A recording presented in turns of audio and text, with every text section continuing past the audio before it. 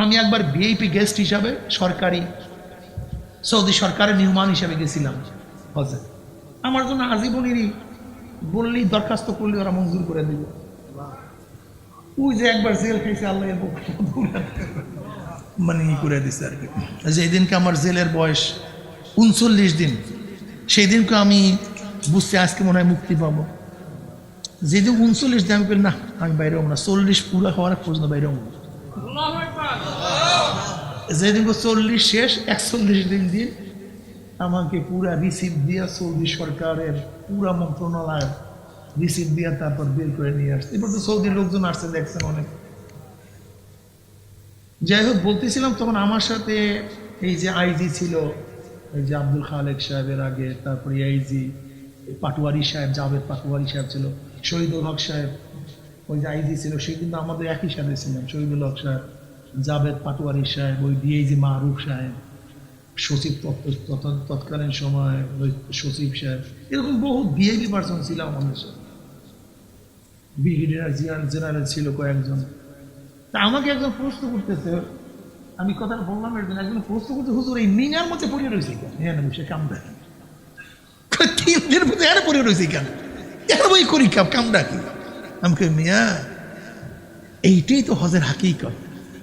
এই 3 দিন গবেষণা করবা আর ভাববা ইসমাইল আলাইহিস সালাতু ওয়াস সালাম এখানে আসছেন, শয়তান ধোঁকা দিছে, তাকে পাথর মারছে, এরপরে সে মিনাতে যখন গেছে নিজের গর্দান ছুরির নিচে ঝুঁকাইয়া দিছে মাওলাকে রাজি খুশি করার জন্য।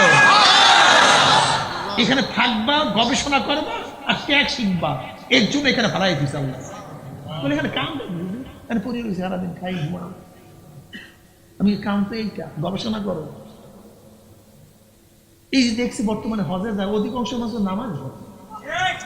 বিশ্বাস করবেন কি জানেন না, যারা হজে গেছেন, আপনি চ্যালেঞ্জ দিয়ে আমি বলতে পারি, যারা হজে যায় মোল্লা মৌলবী হুজুর ছাত্র, এর মধ্যে 92% বা 98% 5 ওয়াক্ত নামাজ কাজা হয় নাই, একক তো এরকম কয়জন আছে আল্লাহ ভালো জানে।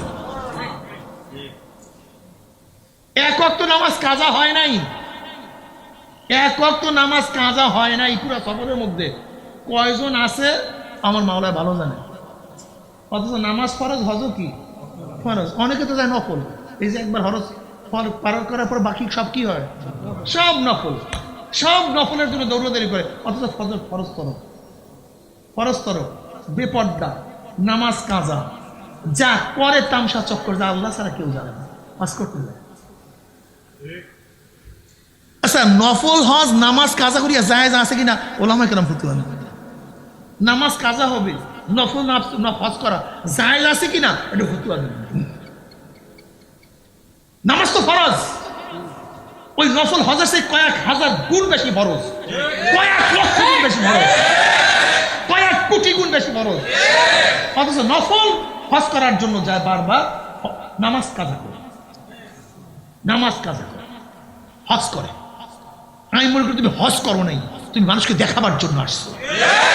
বলবো আমি এতবার হজ করছি, এতবার হজ করছি, এর জন্য তুমি হজ করো। তোমার মধ্যে মাওলার ভয় থাকলে নামাজ কাজা করো কিভাবে?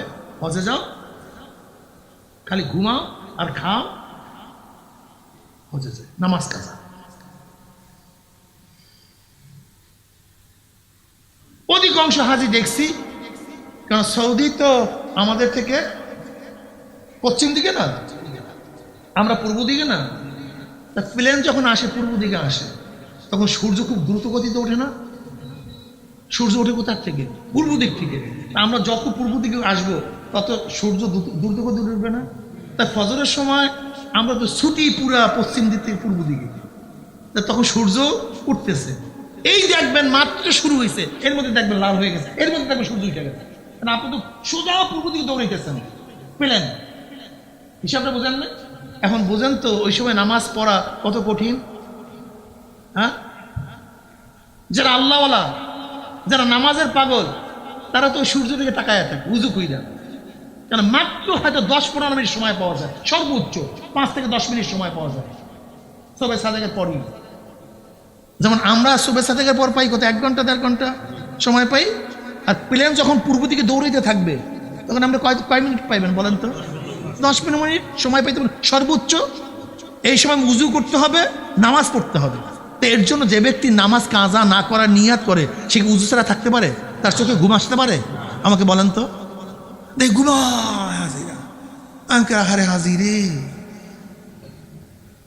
আহারে হাজিরে। তুমি এক ফরজ আদায় করতে গিয়ে কত ফরজ তরফ করলা, তা চিন্তাও করা যায়।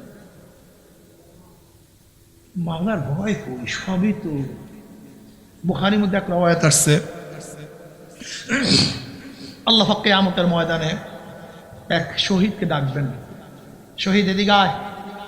আল্লাহ পাক সমস্ত নেয়ামত রাজি তার উপস্থাপন করবেন। তোকে এই নেয়ামত দিছে, এই নেয়ামত দিছে। মোকাবেলায় কি করছো? বলবে আল্লাহ আমি তোমার রাস্তায় গলা কাটায় দিস। আল্লাহ বলবেন আমি জানি কেন গলা কাটাইছিস।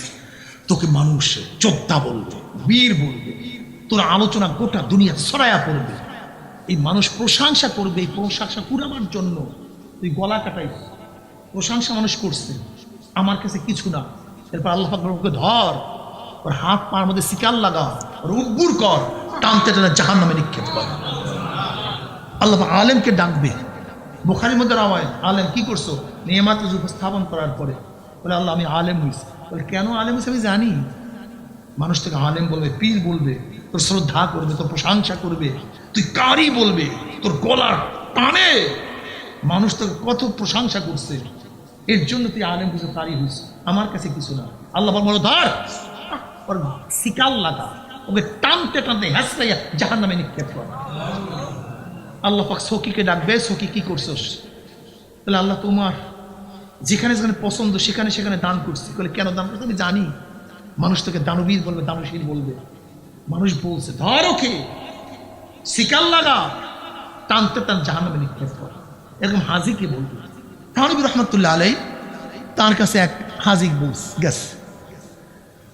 যাওয়ার পরে সে বলতেছে আমি যে তৃতীয়বার হজ থেকে যেই জমজম আর ওই পানি নিয়ে আসছে এটা দাও তো।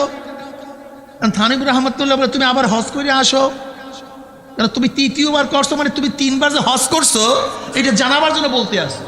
তুমি মাওলার জন্য হজ করো নাই, ওই আগের সংখ্যার জন্য। আমি এতবার হজ করছি।